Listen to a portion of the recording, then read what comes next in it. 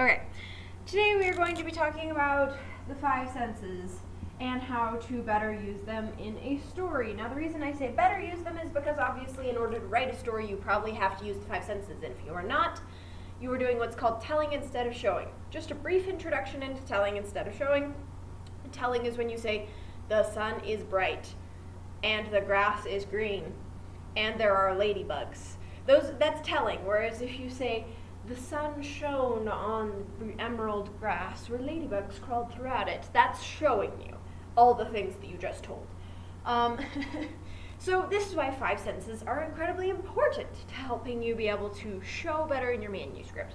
Also, fun update, I had enough people sign up for the last writing contest, and more people who said, hey, I didn't get a chance to write anything because I didn't know it was happening, and now that I know it's happening, it's over.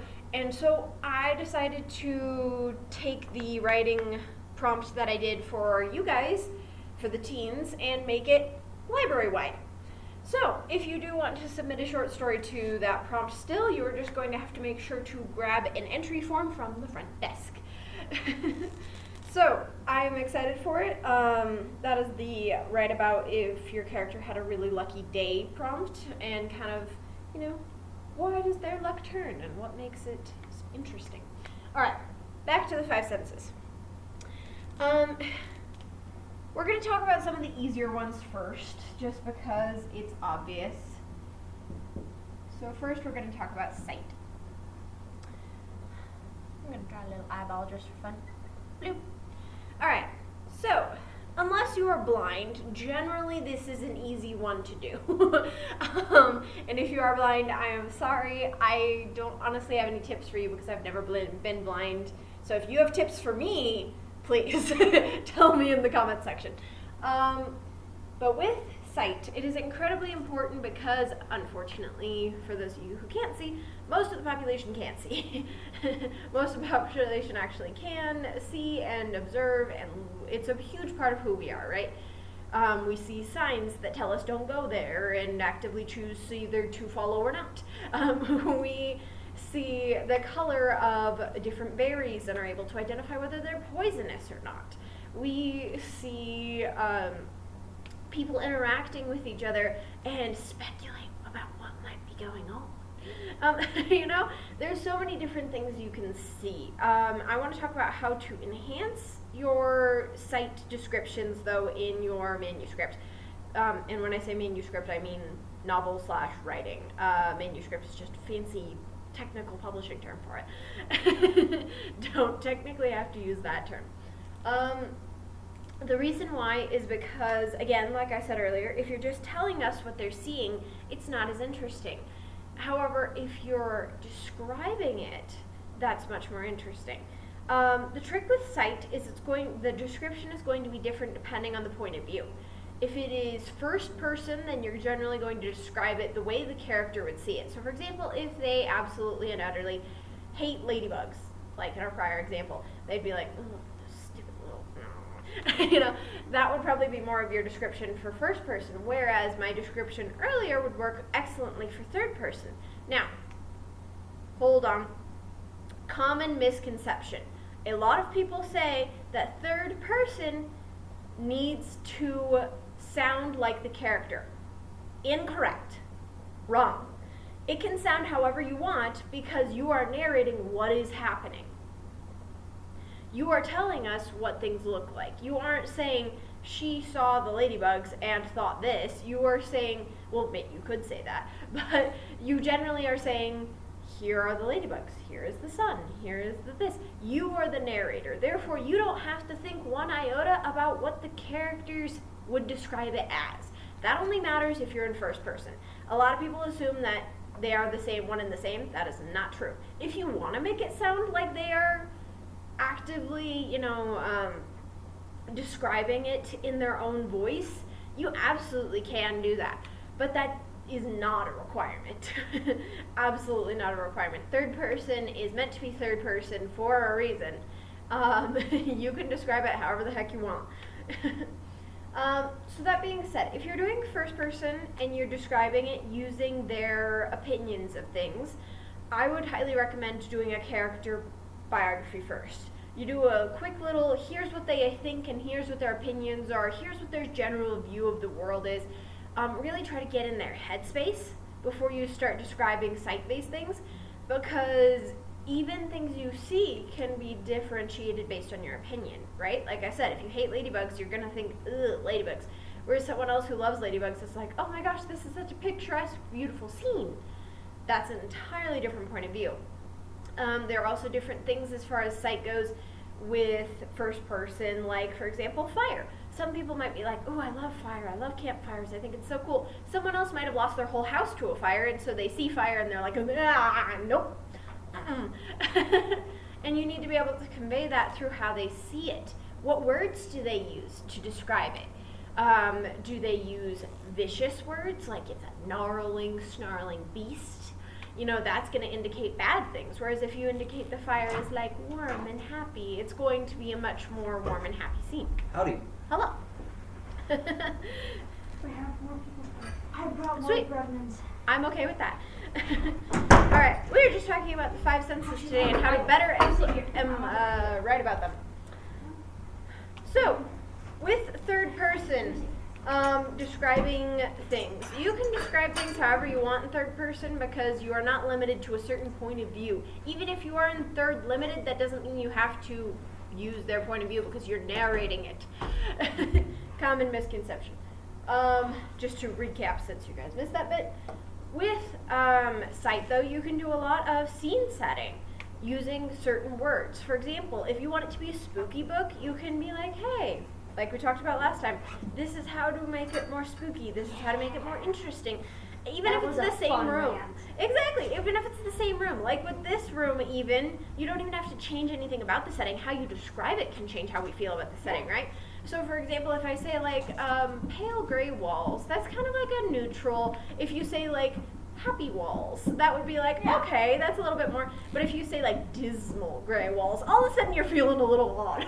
You're like, The emptiness that is this room. Right, you John, just why aren't you here? you In just 2 weeks feel since I'm differently. But yeah, you just feel differently depending on how you describe things. It can be the exact same setting, but if you describe it differently, it's going to be different. Another great example is weeping willow trees. I think that they're a beautiful tree. And if you describe it as like, you know, an elegant bending dancer, that's very much a like happy, beautiful tree. But if you describe it as a weeping willow, like it's sorrowful and mournful, like then you're getting different vibes. Very different vibes. There we go. There's the eraser. Alright. Eraser on the run. Someone get it. Clearly. Alright, the next thing that you're probably going to be using a lot of in your manuscript is sound. Here, I'll do a weird ear. Studio, see? So with sound, it is going to, obviously most people can hear, so it's going to affect your novel. And even those who can't hear, it is going to affect your novel because they can't hear. So in general, sound is going to affect your novel. They're gonna read deafening and then have flashbacks. With this specific concept, I've seen a lot of people use the basics. You know, when things get loud, they notice. When people are shouting after them or there's panic, they notice. All good things, absolutely. But if you want to take your visualization of sound to the next level, you got to start noticing the little things. The clinking of silverware. You got to notice the rustling of the breeze. You got to notice, are there birds chirping? Are there crickets? Depending on where you are in the world and what season it is, you know, snow actually makes a sound as it falls. Like, you don't really hear it, but if you sit and are just quiet at like 3 a.m. and the snow is falling, you can hear it. You can hear snow falling. So, with that being said, make sure that you don't forget some of the little details sometimes. Now, yes, that being said, you can over-describe things. Absolutely. However, I would say it's always better to overdo and then peel back than it is to underdo. Because that leads to things like, and there was a loud noise. Not nearly as interesting. Yeah. That's pretty boring. Exactly, that's pretty boring. But if you're describing it as like, the scraping of claws against the cement. That's much more interesting than People just like to there read is a that. loud sound behind me. Ah. Once again, I Oh, must no. even show, don't tell. Exactly. Oh, no, my So friend is- basically, today's lesson is show don't tell, except how to do it slightly better. Also, I already said this, but the March contest that I have on the email is now officially a library-wide contest because I've had several Okay. people request that we do more contests. So I'm trying it out. We'll see if anyone actually cares, but I'm trying it out. That one's so We had so long. many people enter in the last one that, and then they requested me to do another one. So now I'm just hoping that all the people who requested it actually enter. But anyway, Don't pull me, actually write something. you have in the past. It's just not consistent, and that's okay. Or I might have like 15 other projects. That Exactly. I want to So write. it's okay to not be consistent. Anyway, long story short, with sound, make sure that you're not just paying attention to the big sounds, especially because when you're trying to do someone who's scared, the little sounds in some ways can be scarier. I know last night I was sitting there editing at like 2 a.m. and I heard some of the stray cats outside of my apartment like start scuffling. It wasn't even yelling or anything. I just heard them like attack each other, and I went, nope. I was sitting there That's so panicking. real. Exactly. So like honestly, tiny sounds can be just as terrifying as loud sounds. Even more so, because then it's kind of like an eerie, someone is stalking you and they're going to stab you. Exactly. So don't forget that there are other sounds aside from just big, loud, and obvious. All right, next, we're gonna go over touch. This is again one that people generally notice. I'm just gonna do really weird hand there. Looks kind of like a broomstick. All right. Too many fingers. It's Grunkle Stan. Anyway. Yep, there we go. All right. Anyway, gravity falls. Anyone? Anyway, so with touch, you may not notice touch much because you touch things so often. But at the same time, I would highly recommend get in touch with some of your senses a little bit more, particularly touch. Yes, exactly. Especially notice what you do and don't notice, because you may or may not even think about some things unless they're new. And so you might want to think about that with the character too.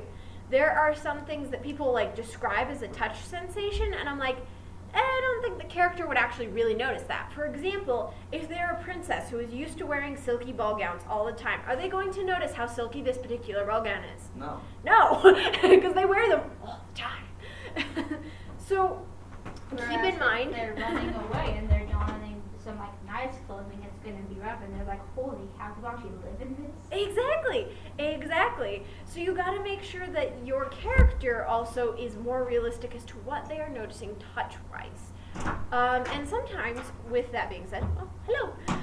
With that being said, there are going to be sometimes things that people don't notice that you might feel like you would notice, but that's a positive thing.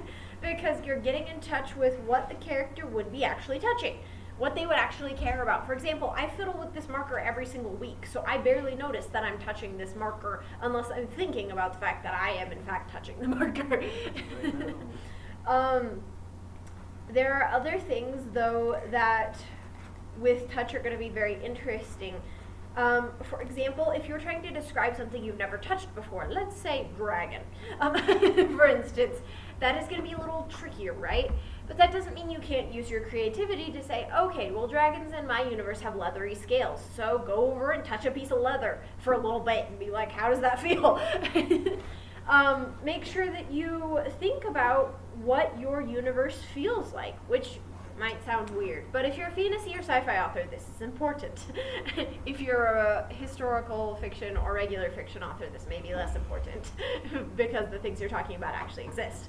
But then it's easier. You can just go out and like find good one and teach stores like, how does that feel? Oh, nice. Exactly. And then even don't buy anything and be a little rude. But I told you to, so it's okay. no, for sure. Honestly, if you need to go touch things to be like, I don't remember what leather feels like, go to a furniture store and pet a leather couch. Like, just casually. Not a very good couch. Don't care if anyone's staring at you. Just be like, dude, it's writing research. And if they actually look at you funny, just be like, I am a writer, therefore I am. Like, I'm a writer, so deal with it. Like, I'm going to be the weird person. Thank you. So real. But yeah, so that being said, make sure that you, when it comes to touch, also think about things like falling.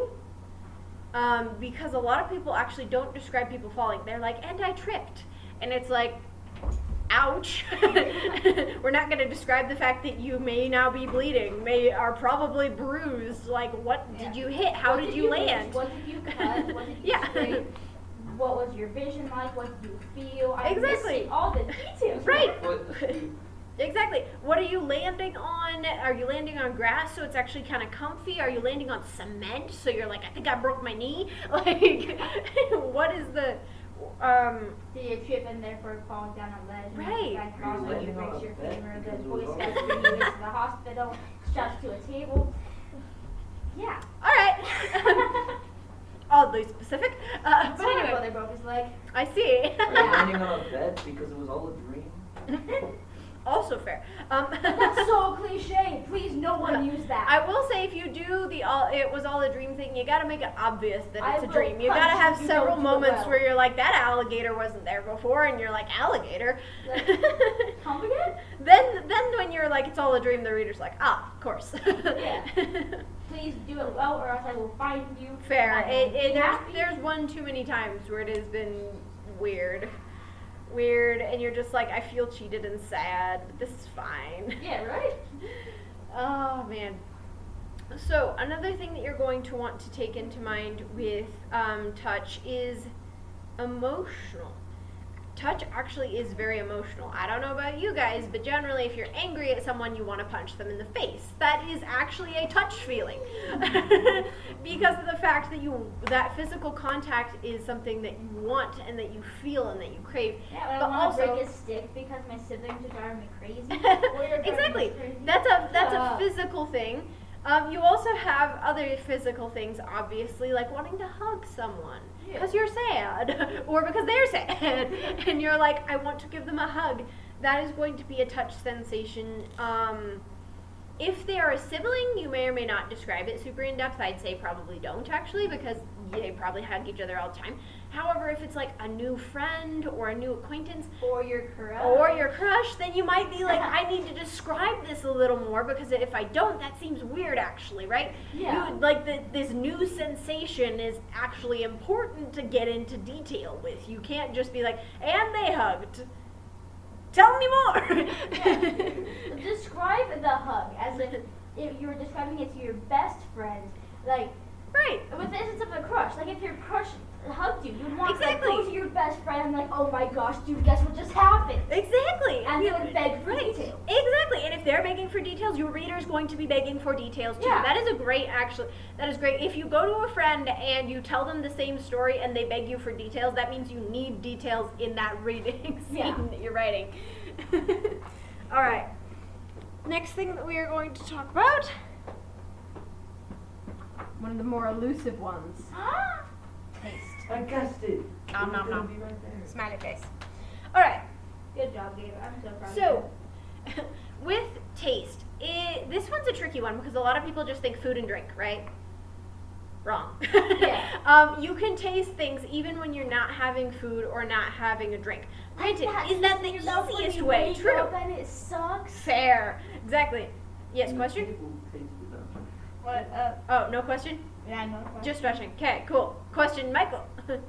When you're like miserable, it has a taste. This is fair. There are different tastes for different emotions too. Yes. When you have a bloody nose. Oh, exactly. That is very much a taste because you're swallowing some of that, right? Like. When you kill your worst enemy, no, When you taste the I wouldn't satisfaction know. and sheer glory in there. I wouldn't know. But long story short, everything has a taste.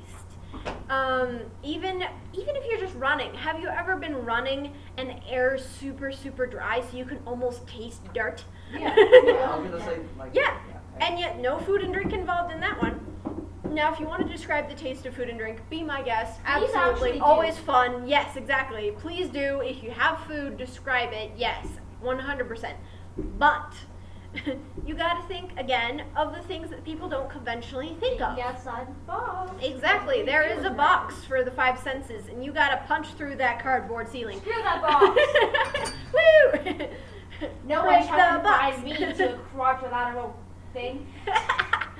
A quadrilateral thing. Excellent.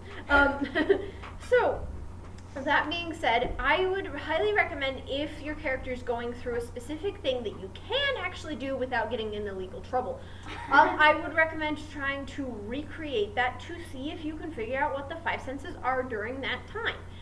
Again, within legality, because if some of you are writing villains, please don't go on a killing spree just to figure out what murder tastes like. I do not condone murder. That's so boring. Alright. You can use your power of your imagination, alright? Writer's instinct is going to be your best What if I friend. have True, writer's instinct. And so I have That's a lie! That list of character secrets, do not tell me you have no Everyone imagination. has some semblance of imagination. Whether or not it's well developed or not is another question. However, you can always develop it further. It's no different than writing skills. There are lots of people who are like, oh, well, I'm a bad writer, so I just quit. And I'm like, no, that's not how you get better. How you get better is practice. How you get better is developing it. And imagination is the same way. If you feel like you're struggling to describe something, then continue trying. Yeah. Continue attempting. Continue trying and failing in order to do that, because eventually you will succeed. Especially because writing the learning curve is a lot steeper, because you can try and fail multiple times in 2 hours because you rewrote the same paragraph. That's so real though. Holy Like, cow. you can just keep trying. You don't have to like worry about failing, because once you do, you just that good old delete button. Yeah. Like, and even then, I would say highly recommending getting a second opinion. Purely because of the fact that there are lots of times when people are like, I failed at that description, and they didn't actually fail at that description. That's everyone says that stuff is So, good, but it's not. if it you're sucks. feeling- no, it sucks. It's If you're so feeling bad. like it sucks or feeling like it's bad, make sure that you consult someone else who you trust first. And when I say who you trust, I mean someone who you trust and is also willing to be honest with you. Just because there are a lot of people who you trust, but not necessarily will be honest with you. I know a lot of my friends are actually very honest with me, which I very much appreciate. But then there are other people I know who I send it to them and they're like, it was awesome. And I'm Yeah, like, Vita. tell me more. Because it was awesome. No, that's fair. Sometimes if they just tell you it was awesome, then sometimes it is genuinely awesome. So also take that into account. There, it goes both ways. I just mean constructive criticism isn't a bad thing. That's what I'm trying to say here. Anyway, long story short, things have tastes that you would never think have a taste. Long story short, things have tastes. Things have tastes. Unless you don't have a tongue and you got chopped off, or you burnt all of your taste buds like my brother. That is a valid point. Blarp, blarp. Like, I unless think your tongue that got chopped is off an and then horrible some nose. government made some dude That is eat it. still They a still terrible can't draw my nose. nose right. Honestly, okay, we'll go with that. Yeah, I'm feeling Flynn Rider-y here. I'm like trying to draw the nose, and I'm just like, what are noses? All right. So with smell, a lot of people either forget smell altogether, entirely eludes them, like with taste, So real. or alternatively, they have only intense smells, which is true. Let's be honest. The smells that you're going to notice the most are super powerful good smells, like cinnamon rolls. Or Mama's Club and your mom's been cooking dinner. and it There you smells go. so And you're like, good. yes, exactly. See, there you go. Things like that you're going to notice more. That is going to be an important smell. However, there are also other smells, like bad smells, that you are very much going to notice. I actually thought it was hilarious because I watch a lot of crime dramas, right? Oh, And it's so funny because half the time they act like dead bodies don't have a smell. And then finally I watched one the other day where this guy was like, he was like barely breathing, and the one girl's like, you okay? And he's like, yeah, I'm fine. And she's like, you sure you don't want some of this menthol cream? It helps to get rid of the smell. And he's like, it's fine, I'm around dead bodies all the time. And she's like, okay, you do realize that it's not a good thing that you can't smell dead bodies. Don't be ashamed to have some menthol cream. And he finally took it. But it was nice because so many crime dramas just act like dead bodies don't have smell. when they're gonna be And it's like, nasty no, it's smelling. nasty. It's bad. Like, But there here's is the a thing, once smell. it dies, then it starts decomposing, and when it starts Yeah. decomposing, it's gonna smell nasty. Exactly. Like, I understand some of the crime dramas where it's like they died 10 minutes ago and whatever, you just got on the scene. But if they have been dead for 3 days, you're going to smell it. You're gonna smell it, yeah. You're going to be You're aware. gonna taste it. It's true, exactly. That gagging sensation. Yeah. I've had that happen before. Like, I went to go take out the trash last night, and I smelled it, and I went, I was like, oh no, there's something in there went terribly bad at the That bottom. feeling when you're sitting in class at the junior high and you can taste the Axe body spray. That's Oh, also so true. gross. That's also true. Cologne and perfume very much have a taste when as you are well. choking on it. Yes. Keeping that. Speaking of smell with people, I want people. to burn it down. People actually. This is one of the things that I was actually gonna have a fun time talking about today. People, aside from body odor, have a natural smell, Yeah. like a pleasant smell too. Yeah. Not like a bad thing. Granted, cologne and perfume also attribute to that. So if Yeah. you're wearing cologne or perfume, make sure to describe that. But you can also just describe it using metaphors and similes, because unfortunately for us, it's not like people know what the smell of insert random person's name is. Yeah, right. So you have to kind of describe it, and that's where metaphors and similes come in. Now, when you're using your metaphors and similes, I would say describe it in a way that's not just like it was vanilla, because I doubt they actually smell like vanilla unless they put on perfume or cologne. Yeah. But if you say it was sweet like vanilla, or it was homey like vanilla, that's different. Giving Yeah. it kind of a idea of the direction of the scent, but not the exact scent, so then they can picture it in their brain. That being said, again, you're probably going to notice certain smells more than other smells, which is why a lot of people do bad smells and good smells. Nothing wrong with that, because you absolutely will notice the good smells and the bad smells super intensely. However, you are also going to notice some lighter smells too. For example, fresh popcorn. That is a really good scent, but it's also a very light scent. If you're not paying attention, you might not even notice it. But, like you said, if you do notice it, you're like, yes. And so, you gotta keep in mind out that there are going to be different smells. I actually have a very funny thing that I like to do whenever I travel. I like to go outside to wherever I'm traveling and take a deep inhale through my nose and then try to describe what the place I'm at smells like. That is Because the outdoors will have a different scent depending on where you are. If you're in a city, it's going to smell different. If you're in New York, it's going to smell different than Salt Lake City. If you're in a desert, it's going to smell different if you're in an Egyptian desert versus maybe Texas desert. or a Utah desert. Or a Utah desert, yes. Or Texas. My husband always makes fun of that. He's like, freaking Utah, because he grew up in Colorado, so he's used to Oh, green. dang. And so he's like, why is Or it so Utah is brown? anything but. And I'm like, because it's Utah, man, it's going to be brown. It's pretty brown around here. Even our greenery's brown. Yeah. But that's another thing that you might want to add to our site one earlier, is places are going to look different. Just because they have trees doesn't mean the trees are going to be the same. Yeah. Just because The you go difference between outside. Amazon trees and Utah trees. No, it's true. And Drastically Alaska trees. different. Exactly. Though it's a bit, if our Alaska trees are either going to be green or blue or white. True.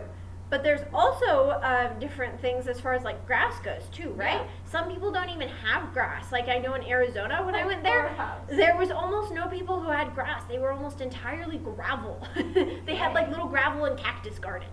That's so cute. Yeah, I was like, it's cool. But if I described Arizona before, I wouldn't have thought of that. Yeah. I don't know why, but I wouldn't have. Probably because I live here. But where we try really hard to have grass, even though we probably should just go the Arizona route. But and then you have here where it's like, if you lived in somewhere like, let's say, Ohio, you might have brighter, greener grass because it's a little bit wetter there. Whereas here, it's like, it's probably going to be brown to yellow in some sort of Or shade just with the dirt. grass. Or just dirt. Yep, exactly. And you might notice patches in the grass where the grass is like struggling Or because patches where it's so doing- dry. Or patches where it's doing really well. Yes, or patches where for some reason it's doing so well and you don't know why. Right? And that Yes. one like little moment in the summer where your entire lawn is dandelions. Yes, valid. But that also has a smell, right? When you go outside and you smell the outside, you're going to smell different things if you have a massive yard. Yes, petrichor, the smell of after rain. I love that it actually has a word for that. That is amazing. It makes me happy. That's such a cute word. It is such a beautiful, cute word. But yeah, so that being said, long story short, with this lesson, try to be a little bit more observant of what's going on around you and think about what other people would observe too. For example, I actually thought it was the funnest idea the other day. One of the people in the new Adult Dungeons and Dragons session is basically a sentient slime cube from the void, but because they're from the void and they're now in a place that's not the void, they are curious about everything. And I'm like, yeah, you would be curious about everything. If you grew up in the void, you'd be like, it's a flower, cool. Like, whereas It's someone else color, might be like, it's living. Exactly. What in the seventh season is that? what is that? Exactly. It's like so much more fascinating, whereas we would be like, it's a rose. I guess that's cool. It's a flower. See them all the time. That's Right? nothing special, man. And so you got to take into account their point of view as a character. We've also got to take into account that there is so much more to the world around us than we may or may not pay attention to. So I would highly recommend that now that it's spring and that the outdoors is not completely and utterly frigid. And Try- dreary and sad and oh Yep. my gosh, I'm so happy it's spring. Yes. Try going outside, unless you're deathly allergic to the outside. Then take an allergy pill, then go outside. But otherwise, try going outside. Try feeling things. Try, like I said, smelling what your neighborhood smells like. Touch Believe it or not, some grass. touch grass. That meme now. But yeah, it's actually funny though because you may notice things that are different than you think. For example, I walk the same route on Mondays and Saturdays every single time. And I have noticed that someone clearly really loves smoked food because it smells like wood smoke for smoking food every time I walk by this specific house. I'm just like, I guys, love that. you guys love your food, your smoked food, right? Like, That's yeah, exactly. I love fantastic. it. It's one of my favorite places to walk by. I'm just walked like, out- this is nice. I walked outside last night and I just smelled a strong campfire. I was like, man, someone's burning something. Exactly. Someone's burning something. So I would highly recommend go outside, smell things, touch things. Don't taste them unless you're sure that they aren't going to kill you. But in general, try to get more in touch with your five senses and in turn, try to describe them more in your stories. Any other questions that you guys have about describing things using the five senses? Eating random plants. Eating don't eat a random plant. Makes my tongue numb. Nope, don't do that. No, all of a sudden I feel so dizzy. Yep. This one's got turned sick too. Instead, I would recommend bringing a bunch of food with you outside and just, casually trying it. Or, like I said earlier, notice that certain smells do have a certain taste because they are linked. Yeah. So if you go outside and you smell something like dirt, you might actually notice a certain taste in your mouth when you smell dirt. Or, like I said, you could also do a really fun thing and blindfold yourself and then have someone feed you a bunch of different fun foods and then try to re-describe them and figure out what they are. Because I'll be honest, when you haven't seen the food, it's sometimes really hard to figure out what they're feeding you. Or when you taste them and you can't smell anything. Bro, that is so hard. But you're absolutely right. One of my favorite YouTube videos was actually this set of YouTubers that they had this little blocker for their nose, and then they put something next to their nose that smelled different than what they were eating to see if it would weird them out, and it did so many times. They put fish next to their nose and ate a grape, and they were like, I don't know what that is, it's nasty. It's it's just a grape, but because you're smelling fish, you're just like, nope, something's wrong. That sounds dreadful. Yeah, exactly. But this is why five senses are actually way more important, especially taste and smell being related, than you think they are. Alright, so I'm going to turn off the video now because it seems like we're all good and ready to move into just regular writing time. So I will turn this off.